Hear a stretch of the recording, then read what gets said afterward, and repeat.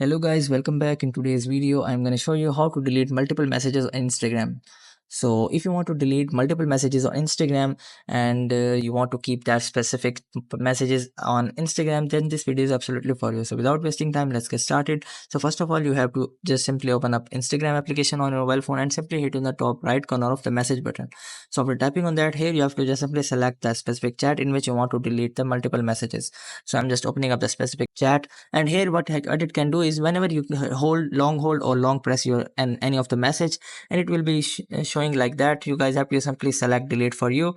So after selecting the delete for you, you guys can see it is providing us a select all option. So what you have to do is just simply select and one by one any of the message which you want to make delete or which you want to keep. So assume that I want to keep this option, this message. So what I have to do is just simply I'm just ignoring it and I'm just deleting another messages. So it's pretty simple way in order to delete some of the messages and in order to keep some of the messages.